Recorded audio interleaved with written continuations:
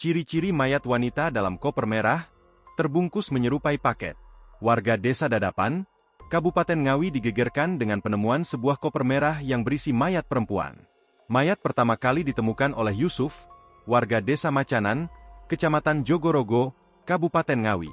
Mayat wanita diduga korban mutilasi itu ditemukan di selokan dekat tempat pembuangan sampah di Desa Dadapan, Kecamatan Kendal, Kabupaten Ngawi, Jawa Timur, pada Kamis, 23 Januari 2025. Kapolres Ngawi, AKBP Dwi Sumrahadi Rahmanto, menjelaskan bahwa beberapa bagian tubuh korban hilang secara misterius.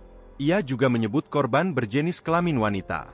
Dari kejadian ini, polisi mengamankan barang bukti yang ada di TKP seperti koper, spray, hingga sendal. Semua kami selidiki, spray bisa jadi petunjuk. Kami belum tahu apakah korban sedang hamil atau tidak, yang jelas sidik jari sudah diambil. Kami menunggu hasilnya, pungkas AKBP Dwi Sumrahadi.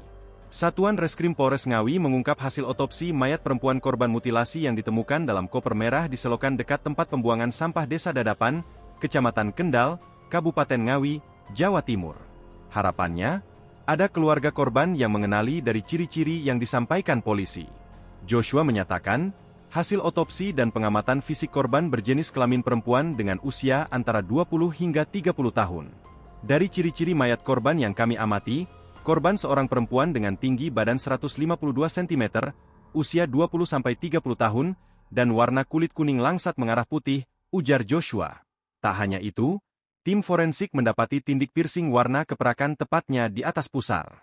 Selain itu, ditemukan tahi lalat di atas pinggang samping kiri korban. Download Tribun X sekarang, menghadirkan lokal menjadi Indonesia.